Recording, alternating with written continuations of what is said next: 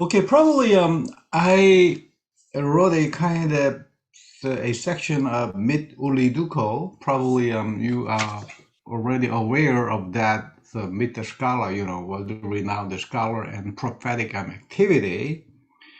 And you took initiative in radicalizing Reformation, which is very excellent project today and challenging. And you continue to carry on such a significant project from the material perspective of liberation for life in just relationship in regard to secular colonialism in Palestine and global political economy. It's a very excellent connection from the Reformation theology and to that kind of humanitarian problem, not merely humanitarian problem, but also theological problem uh, regarding the land, promise in Palestine. So first, regarding prophetic theology and radicalizing Reformation project, my question is, you have published the bilingual book series titled Radicalizing Reformation with 7 volumes. It is concerned with the general crisis of life today and committed to emancipation. What new frontiers do you approach or even cross in this provocative project? Thank you for that question, and thank you for that opportunity to talk to each other and dig into these important questions. The project Radicalizing Reformation, just to have a little historic perspective also, emerged when we saw how the churches, particularly in Germany, were missing that opportunity of 500 years of Reformation by just looking at it from the market perspective, how to marketize the Reformation and make a kind of happening out of it, without looking really at what could be done with this kind of quincentenary. And so we asked ourselves, what would be a kind of authentic way to respond to the Reformation in this particular situation? And number one, we said it was important for the Reformation to go back to the roots. And of course, roots is radix, and therefore we use that word game, radicalizing, going back to the roots. And the second, and that means we cannot talk about Reformation without referring it to the Bible. And then, of course, Luther was always saying, it is not the litera, which is the important thing, but viva vox evangelii. That means reading and preaching of the Bible always has to be contextual. And therefore, we formulated this project, Radicalizing Reformation, provoked by the Bible and today's crises. Because, of course, crises are very evident, and even now more than in 2010 when we started the project. We can talk about this if you wish in more detail. But first of all, to show the kind of argument, the kind of formation of this kind of project. Now, and as the Bible is for us the key source of liberation perspective, therefore, of course, all of our 5 volumes were related to this kind of liberating perspective. in relation to justice, in relation to mammon, in relation to political economy in a broader sense, in relation to the question of war and peace, violence and non-violence, and also then in terms of how can the church become an instrument of liberation. So that was the 5th volume. So that was the period until 2010 to 2017, the year of the Jubilee. And then we said, now how to move from the basic perspectives to concrete struggles today in which this perspective can be made relevant. And of course, you remember we had one of the concrete essays already in Wittenberg at the final international conference on justice in Palestine, Israel, Palestine. And so, together with 3 Jewish friends, we developed that perspective, and 3 Christian and 1 Muslim. So interreligious. So we called the volume we published Religions for Justice in Palestine, Israel. In this whole perspective, and therefore this subtitle was Transcending, what is the English? Transcending, in Germany, it is Transcending Luther's anti-Semitism, anti-Judaism, transcending Luther's, in English, I think it's transcending the negation of the other. Yeah, negation of the other. Right. You are right. Yes. So it was different. The title was different in Germany, but it was showing, yes, that in terms of crises, Luther also missed in some of those crises, dealing with those crises.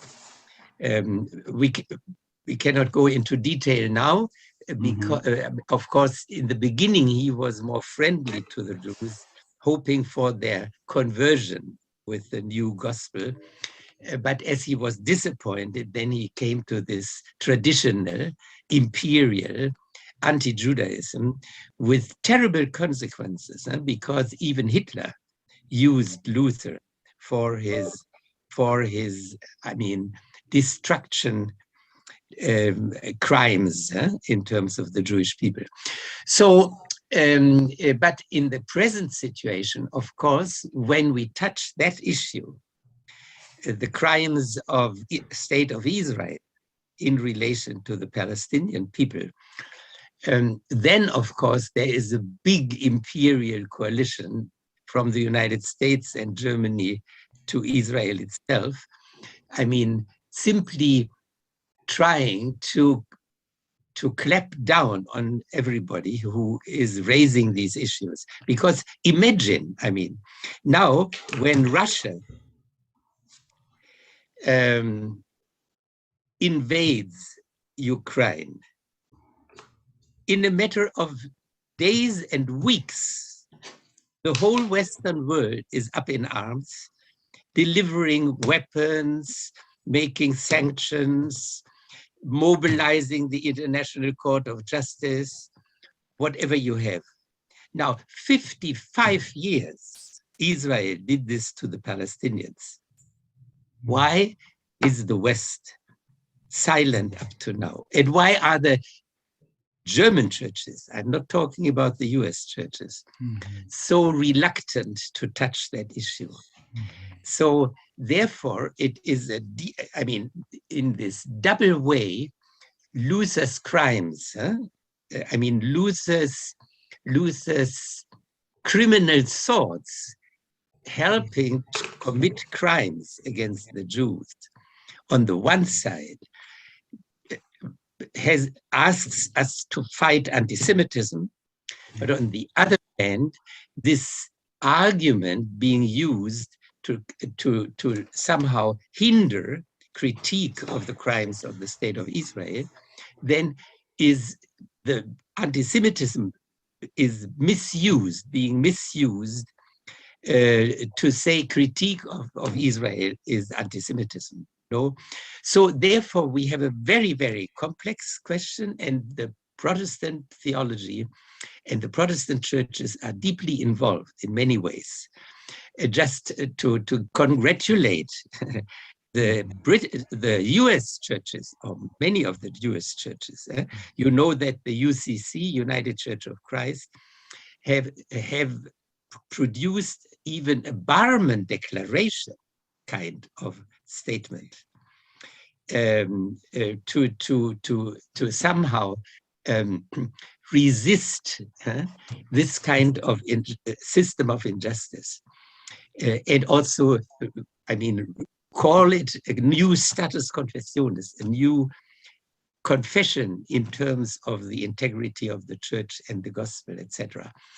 And also the Presbyterians, just in the beginning of, July 8, they made a big decision also on Israel as apartheid state.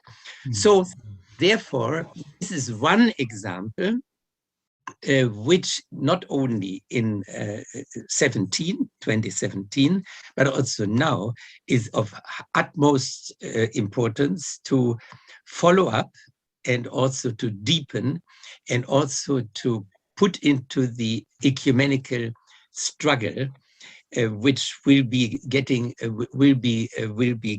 new drive even now, in a few weeks from now in Karlsruhe, when the World Council of Churches has its assembly.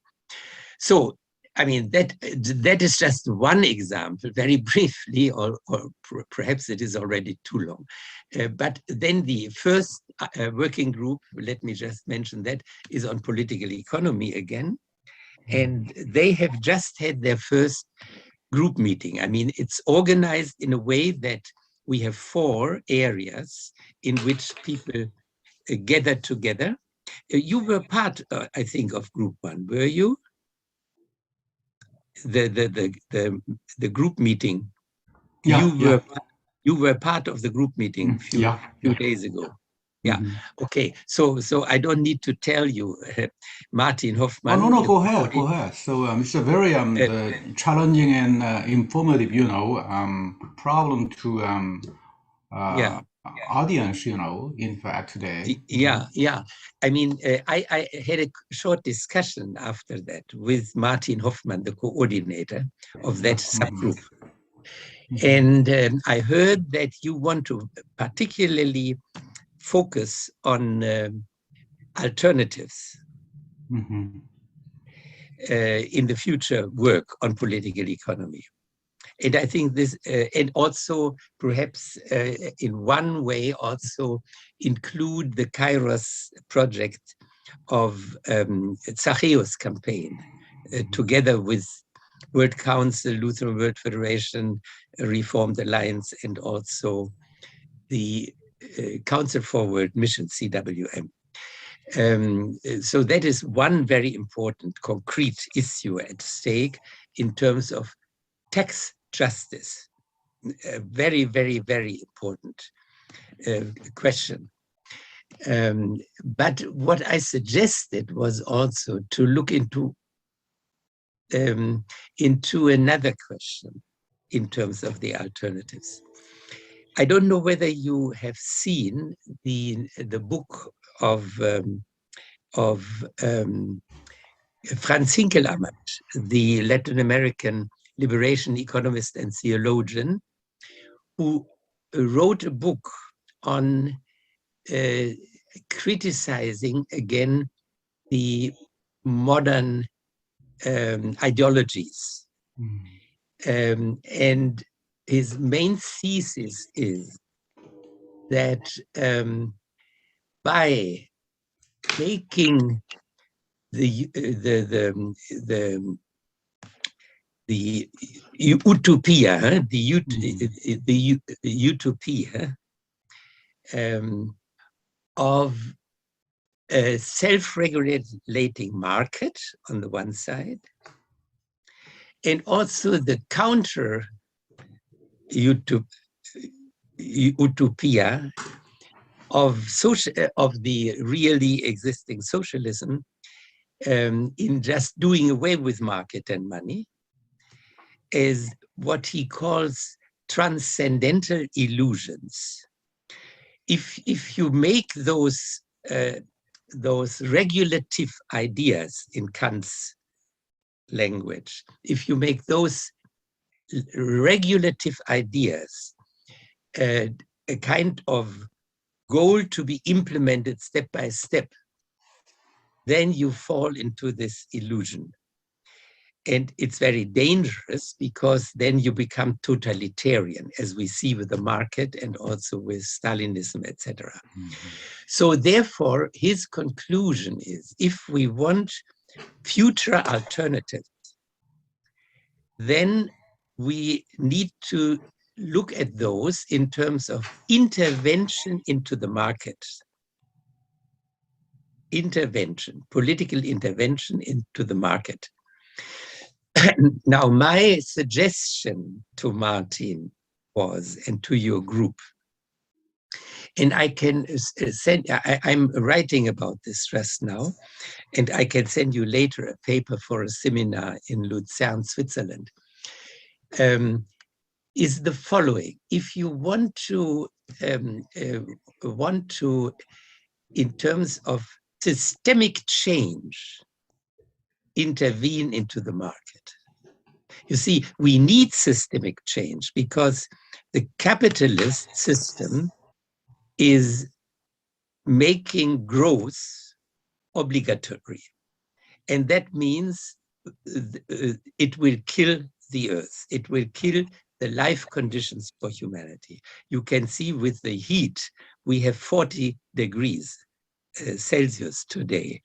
I don't know whether you realize what that means, 40 degrees.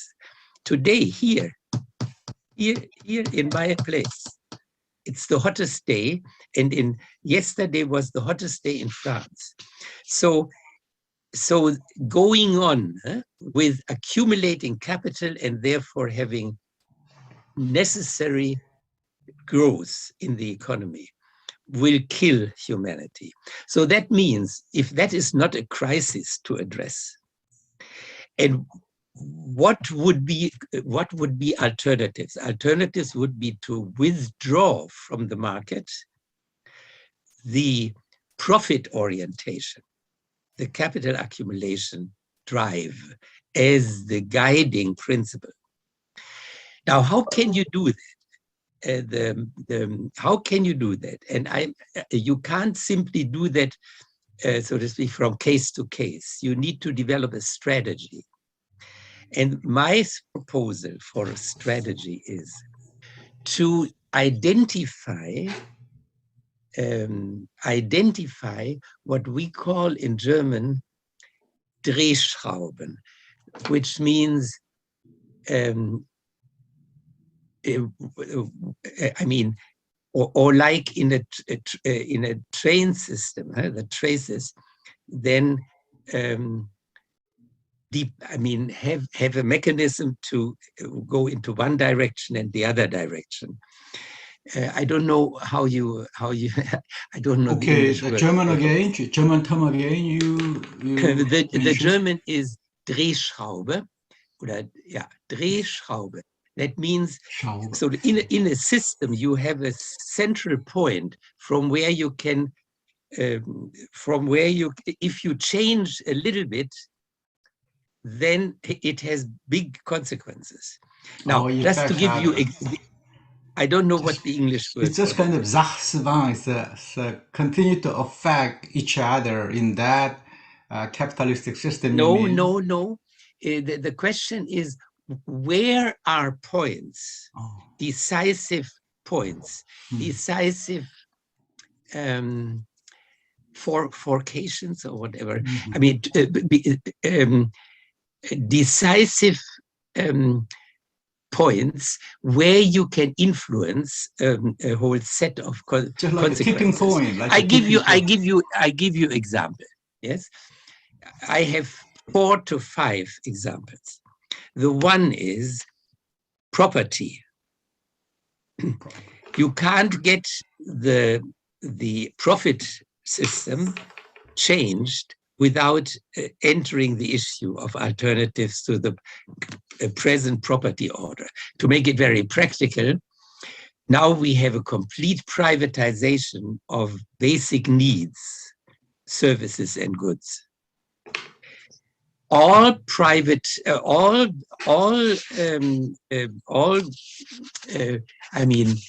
basic goods and services should be public. Take the profit dynamics out of it. Make it public. That means water, energy, transport, education, health, etc., etc. So this is one example where you can enter and where you can mobilize people to put pressure on the governing people and the system. The other is the money order, the global financial order. I mean, now you have the money not created as public good, but by the banks with interest. That means already in using money, you have growth dynamics because you have interest on the money for the banks with creating the money.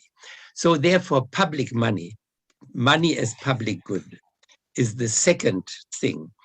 And this is could very much be argued in terms of Luther's arguments. You know, he asks the governments to intervene in the markets. I have written about that. It's very, very clear. Huh? So this is very much in relation to Reformation theology, that the government, the political government, takes the lead vis-a-vis the markets. Then you have the labor as the third area. I mean, if you link the growth of salary to growth of economy, if you have a system linking wage labor to the economy, instead of organizing labor in a with solidarity forms in many ways, so you will also lose in the future. And then fourth, the relation to nature. I mean, getting away from conquering and growth again. Yeah? You start having, in Marx terminology, Stoffwechsel with nature. So the human economy is in a kind of mutuality with nature. And finally, it could be also looked at the question of communication, media, and digitalization in terms of having the media driving the growth in many ways, and how to change the mechanism in digitalization and communication. So these are just 5 examples of what I think should be addressed in the future project in that particular working group. But this is just very briefly. Okay. So these are two examples for the continuation of the project, Radicalizing Reformation, provoked by the Bible and today's crises. In terms, the last point, in terms of the Bible, it is the economy of the enough, called by the Bible economy of the enough. Okay. Yeah, it's just kind of very crossing border, because though Luther is quite clear and prophetic in the field of economic justice, but most of the Lutheran people and churches, are quite conservative.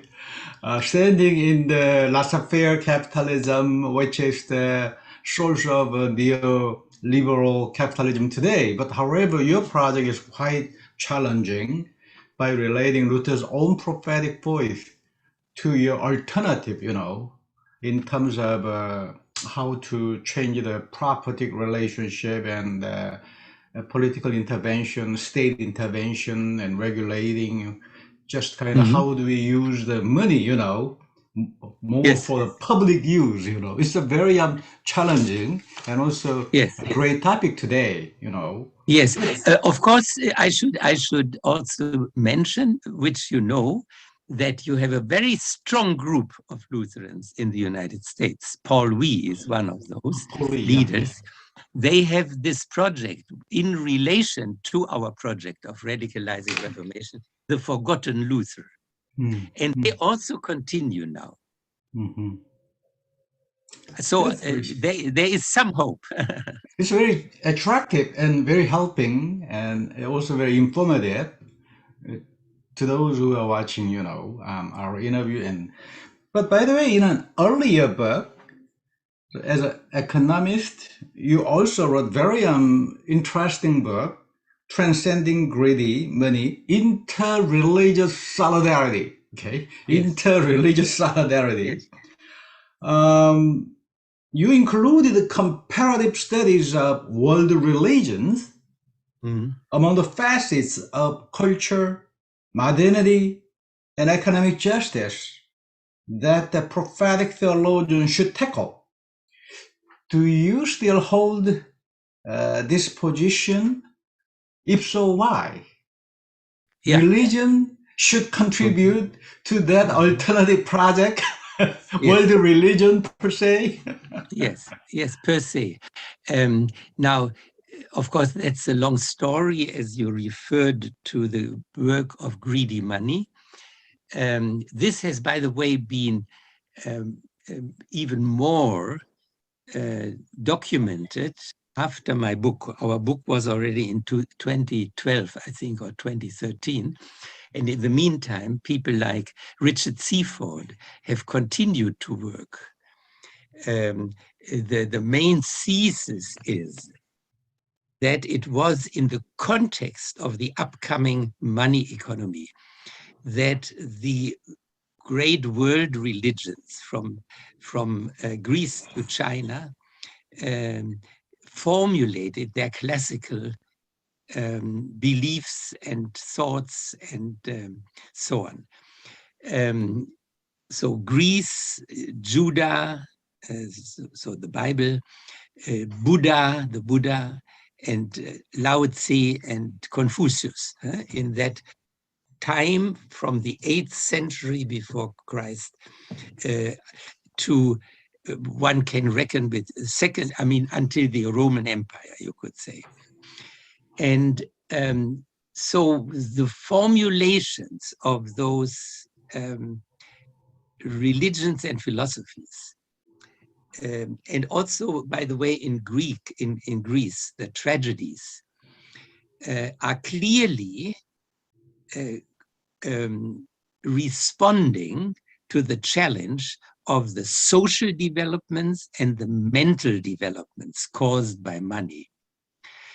The research of Richard Seaford, he started with the Greek, then he moved to India. He learned Sanskrit and read the Indian sources, and also, of course, referred to the Buddha. And it is so he wrote a book comparing Greece and the Buddha. So it's not just the Bible I'm talking about, but it is. And now he's, by the way, working with an Old Testament scholar on the third book, on including the upcoming of monotheism as responding to money as the one in the many, the one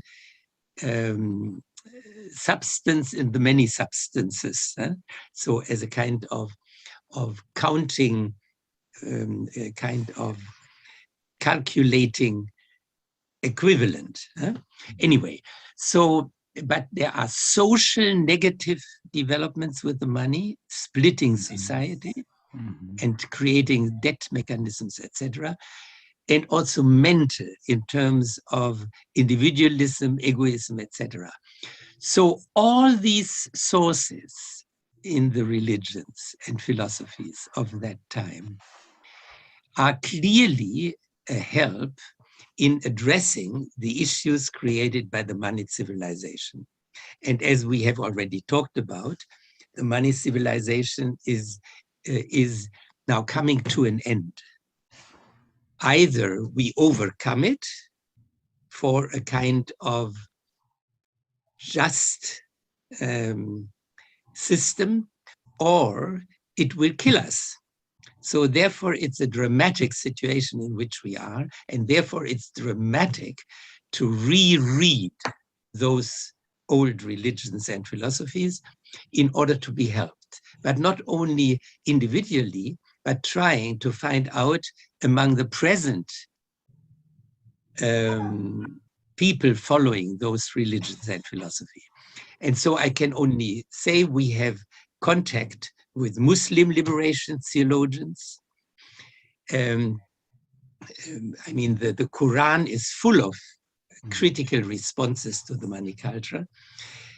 We have relationships to the international network of engaged Buddhism, coordinated from Thailand with Sulak Sivaraksha. And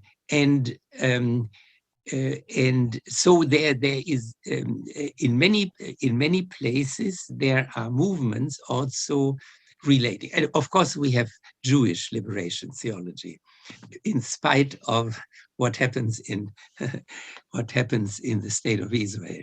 But but thanks God there are other Jews as well as those who drive the unjust system in the state of Israel. Okay, so that means my suggestion is that all these movements related to some kind of liberation theology in the present faith communities should work together. There are also already books on comparing, etc., the different religions, etc., beyond what I have written here, and join force with the social movements, the trade unions, etc. So the only hope we have is that all those emancipatory movements join, build alliances, and fight in their local situation, in their national situation, and internationally. So I think you're pioneering in that field of comparative theology or comparative study of religion within the prophetic liberation context. Generally, as I know, liberation theology is not so much concerned with the religion per se, but rather critiquing the religion, you know. But on the other hand, today, several eminent sociologists trying to develop the principle of actual age. The actual age for them is the age of critique and alternative. But however, they are still kind of remaining in the tradition of Max Weber.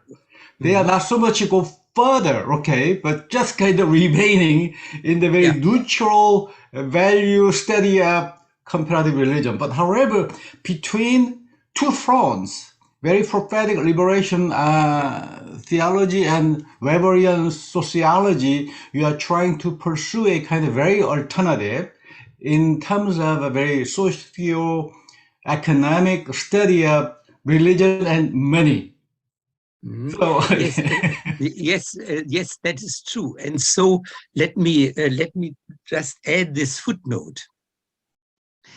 I mean, working in this way, of course, has to be confronted with reality, with the majority situation in the religions and churches, etc. And therefore, I always say every liberating theology starts with a critique of religion. And I use the South Africa Kairos document categories. And they say always you have state or capital theology supporting the power. You have church theology, just talking about reconciliation, but without justice. And then you have prophetic theology. So therefore, you have always to start looking at, so it's, this is not just an intellectual game, what I'm talking about, but it is a struggle. So not only between church and world, but within the church. So the church because has so much, even in majority, adjusted to the world, in quote unquote. So therefore, I'm thankful for your remark. You have to start with a critique of religion and analyze the starting point where you are starting to build those alliances and work for alternatives. Good. So today, in regard to your distinction between prophetic study of world religion and money, socioeconomic study of religion, and the sociologist study of, religion, more kind of in terms of modernity and rationalization. But still, public theology today is very much kind of concerned with the comparative study of religion and modernity, and also trying to challenge a kind of some problem within the tradition of a reform movement. But given this, how do you distinguish between prophetic theology and public theology? What do these two forces share in common, and what do they differ exactly? How do you want the future course of public theology to go in connection with the prophetic theology? Yeah, this is a very interesting question, which we have discussed several times already. This is a very interesting question because when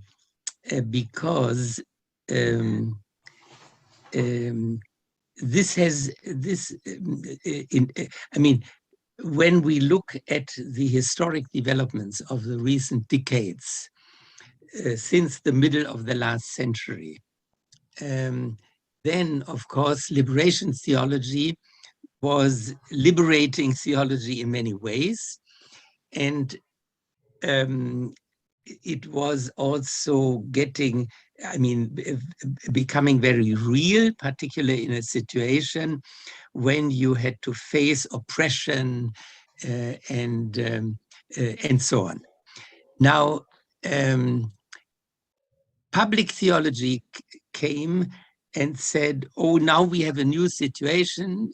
Also the oppressed societies, for instance, in the situation of Latin America, became democratic states and so on.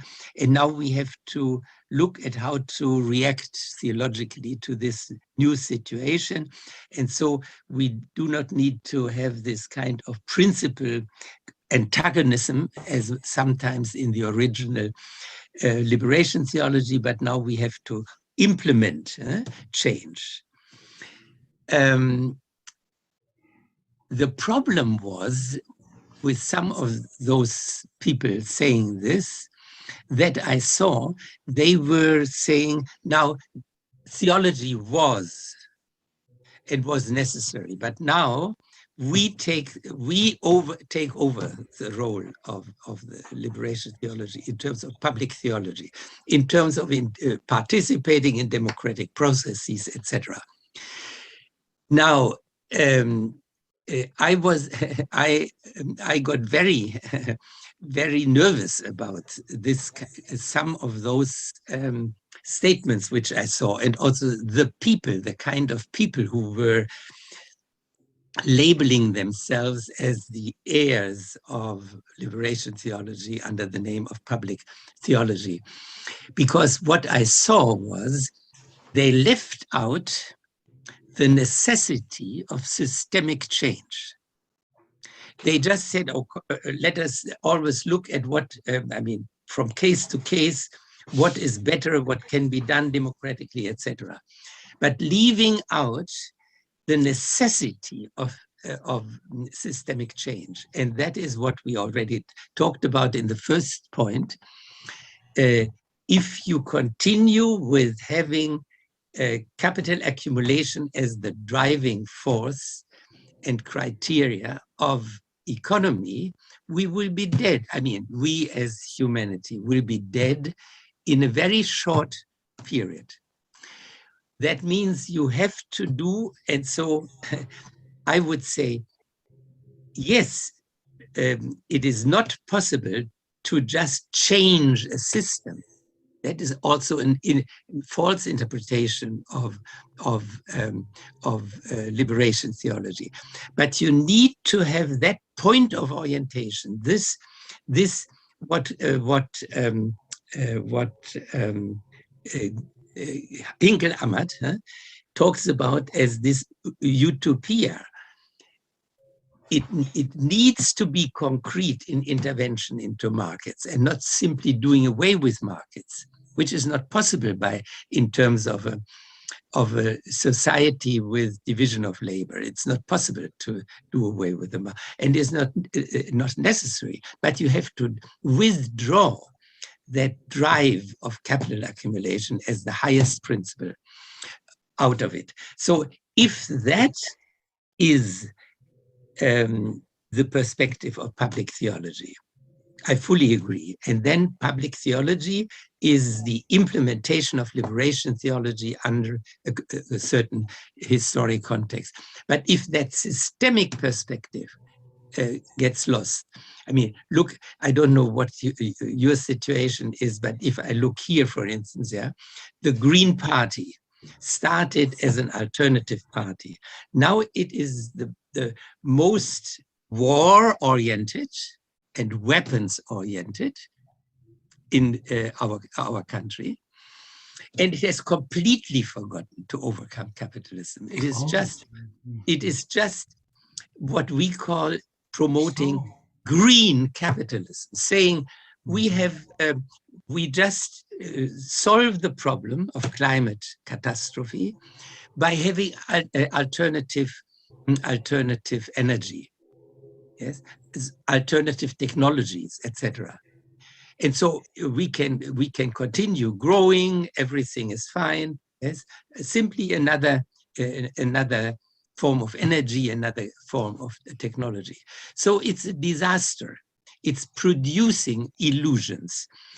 So you could say the negative side of public theology is like our Green Party, producing illusions. Interesting. But I think it is quite difficult to accept that term green capitalism. Capitalism is not so much green, okay? But but this is exactly what is happening. In your country. Exactly what is happening in my country. Wow.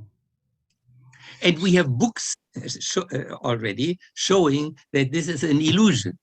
Mm-hmm. But people feel fine because they do not have to change basically in lifestyle and in economy and in politics. So, so it's absolutely dangerous, and we have only a few years left to make the change. So that reminds me of my previous conversation with one of my colleagues who studied liberation theology in Latin America. He's a very good person serving the congregation, but very good, great congregation as a liberation theologian. So then it impressed me. All liberation theologians are doing very well in the congregation, you know. But in my previous conversation with him, he challenged me how to define, Paul, when we hear about the public theology, it makes me so hurting. In fact, it's a very, how do I say, reformistic, a very Right. not transcending the system, but just very submissive Yeah. to, very much obedient to the existing system. But I responded to him, but in my view, what is common between liberation theology and public theology is in South Korean context. Our public sphere is very much kind of in post-colonial condition. We are so in that kind of Japanese colonialism. That's why the public theology in the third world is more concerned with how to critically transcending Yeah. post-colonial Yeah. condition, penetrating to the civil society and public sphere. Then in that case, I think the liberation theology is also, as I know, the first post-colonial theology. Don't you think so? How do you define that kind of commonality? You mean between public theology and post-colonial? Yeah, the public theology in the third world context is Yeah. trying to incorporate the post-colonial critique of Yes. I mean, of course. civil Mhm. society. But Mhm. however, in Latin America, in liberation theology, the civil society, that aspect of civil society does not appear so strongly. But however, in my view, liberation theology can be understood as the first prophetic theology in terms of decolonization, Of course. post-colonial I, condition from Western, in the I European colonialism. exactly. I fully agree. Because we have to see this whole question in the context of different dimensions of the global system. You see, this question is locally relevant, it is nationally relevant, and it is internationally relevant. And so, as you know, the liberation theology was originally already linked to the dependency theory. That's great. Yeah. Very much Looking at the decolonization.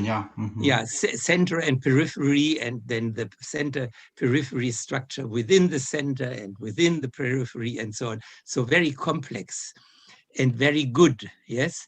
And I think in that sense, this is a necessary dimension that you are proposing here of this key question: how much is public theology keeping that perspective of systemic change? And of course, the systemic change very much relates to the today. I mean, the reality is absolutely not post-colonial, but neo-colonial.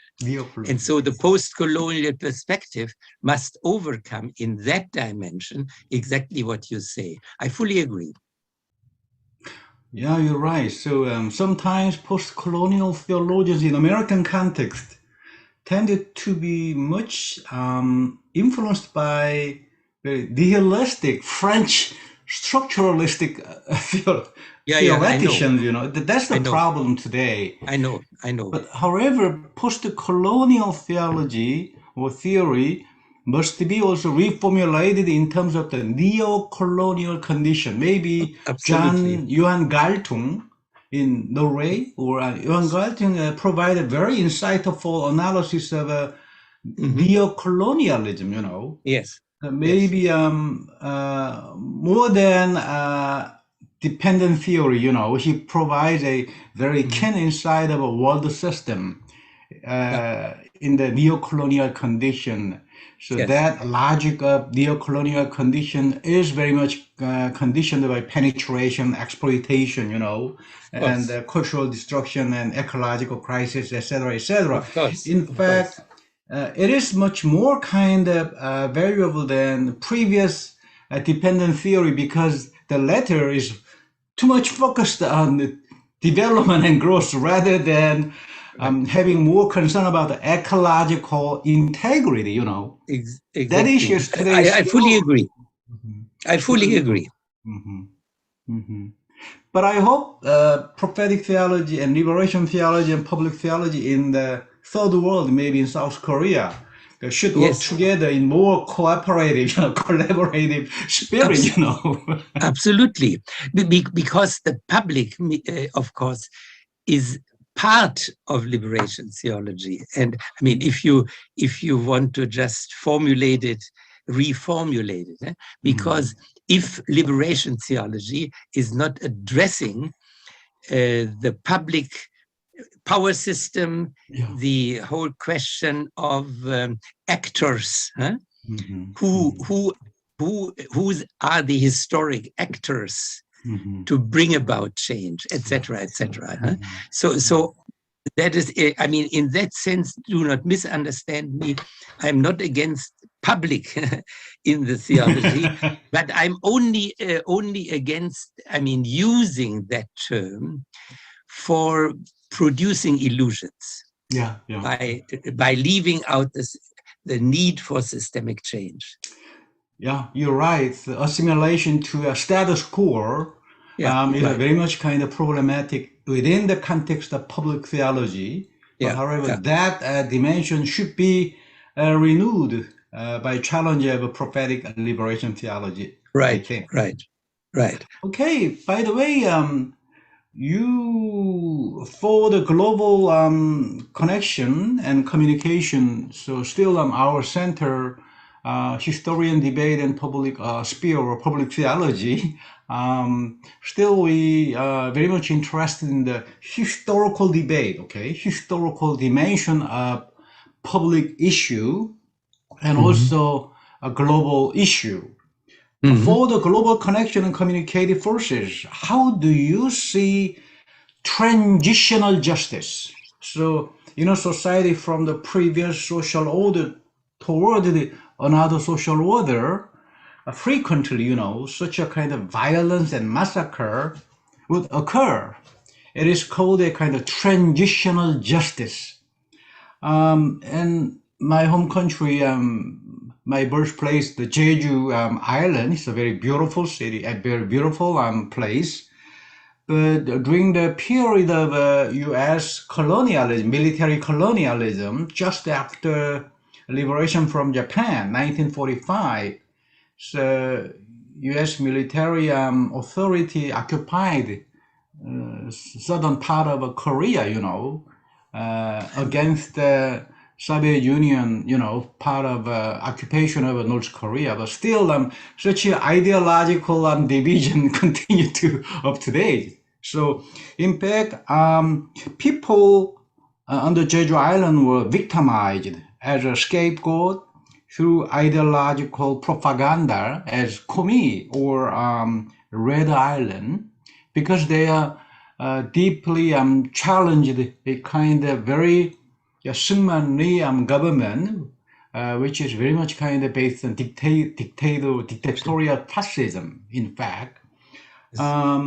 Would you make discourse clarification and worldview interpretation to express your advocacy for the importance of a transitional justice and innocent victim? Maybe your engagement with the Palestine issue could be a form of such a transitional justice and innocent victim in connection with the superpower of Israel, supported by U.S. and other Western countries, Then how do you define that issue of transitional justice and innocent victim in our own country? Okay, first of all, very practical, you know that I visited the Jeju Islands Oh in yeah, we 2000, were there. in Wow. 2013, we had the World Council Assembly in Busan, All and right. then some of us also visited Jeju Islands Ah. in the context also of Peace for Life. We had a kind of how should I say, fact-finding mission with Peace for Life people in Jeju Island, and I realized that the situation is still exactly comparable to this terrible situation in the time of the massacre, because we were taking part in the protest of the people against the building of the military, the marine military harbor. Marine Corps, And the whole population was very much against it. And I remember there was a Buddhist monk, and we from the Christian group and others. So we kneeled in front of the door of that military basis. Yes. It was a Kangjung village issue. Yes. Kangjung village. Yes. Yes, exactly. And it was very impressive because this is natural reserve where they built the violent machinery for warships, etc. So it's very present in my memory. And also, of course, it is also very much related to a new kind of polarization that we had there, namely with China. So 30 kilometers from the coast of China, they build that military harbor. You're right. Yeah, right. In the midst of. So it's not just an historic issue we are talking about. It's very present, and that relates to the main question in terms of transitionary justice, how to, geopolitically, after the breaking down of the Soviet Union, the United States really were, in reality, the only superpower. So we had a unipolar world system. But of course, in the meantime, China grew up, and also Russia is not to be underestimated. So our hope from the beginning was to develop from a unilateral imperial system to a multipolar system, so that there is a kind of system in which there are, of course, differences of and even contradictions in terms of interest, but to be solved in structures of common security. And in that way, in several ways, we tried to work. We is Kairos Europa, is ecumenical movement, etc., etc. Now, it is very unfortunate that the United States decided not to develop into a kind of multipolar system, but although it is not anymore the only superpower, it tries to do so and act just aggressively and in military logic, in war logic, etc. And I'm very, very disappointed about the Europeans, because the Europeans could have seen that this kind of allegiance with the United States, in that way of a former unilateral imperial power, would not really look at their own interest. And their own interest, of course, is not to be a satellite of this United States, but is a system in which Europe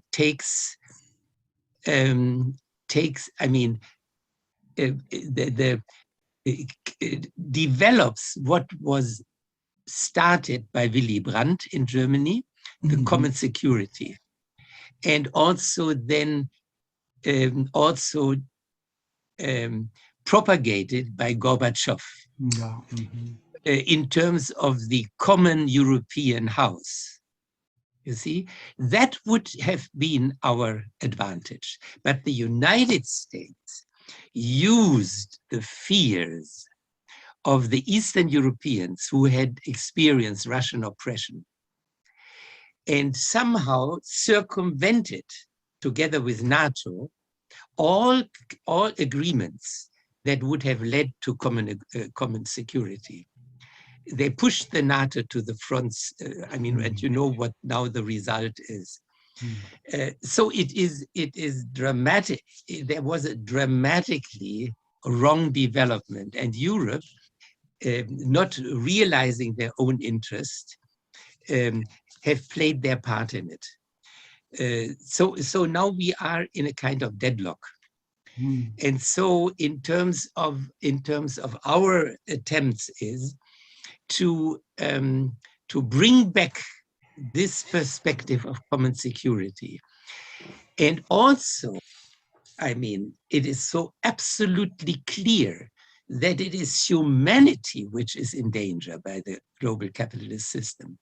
Now, we need to put together all our forces to overcome that threat of killing our.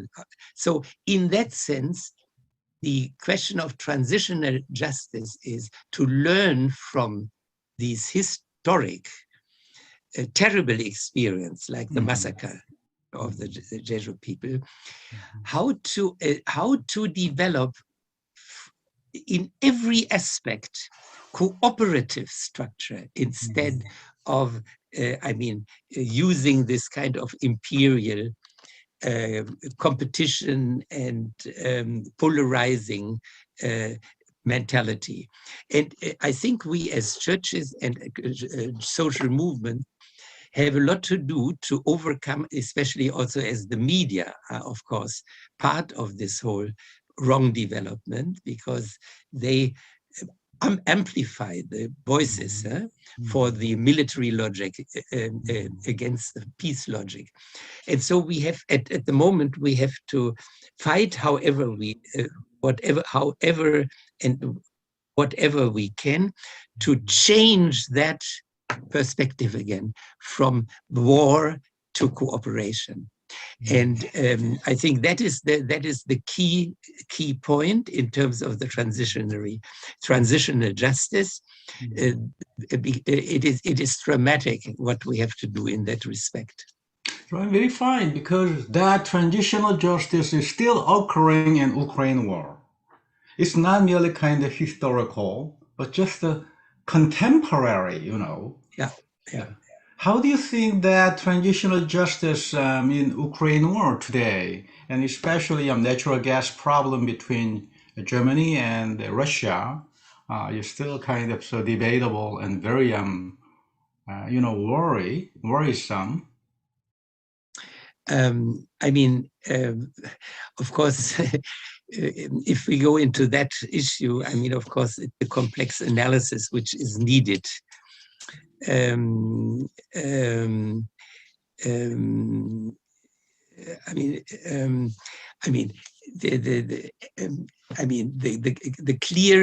The first clear aspect in the analysis is that this is a war between the United States and Russia.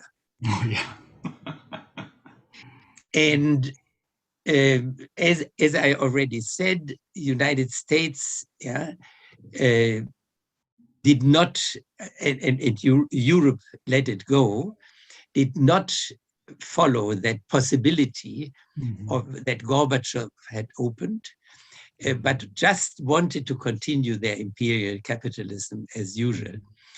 In all, including Obama, all have followed that same line. And so now the keep, and then with, so the result is that finally Putin thought it's the last moment to hinder Ukraine come to the NATO, and we have another thousands of kilometers. The United States wanted to make war when the missiles came to Cuba. All the time they are doing this with Russia. And so therefore, I mean, I don't know whether you know, but there was in the beginning negotiations between Russia and Ukraine for compromises. And it was nearly successful. In that moment, Johnson was sent by Biden to Ukraine to stop the negotiations. Because the United States changed from peace to victory. They want victory. They want to destroy Russia as much as possible. You see? Now, therefore, the key point now is to win again broad public support and broad movements for getting back to negotiations and making compromises, and so against the United States. Yeah? So I mean, it's absolutely dramatic because, of course, people are losing their lives. And of course, you have to know there is another problem. Ukraine is not innocent, but they have also sabotaged the peace treaty of Minsk by not developing a form of independence, of relative independence of the eastern provinces.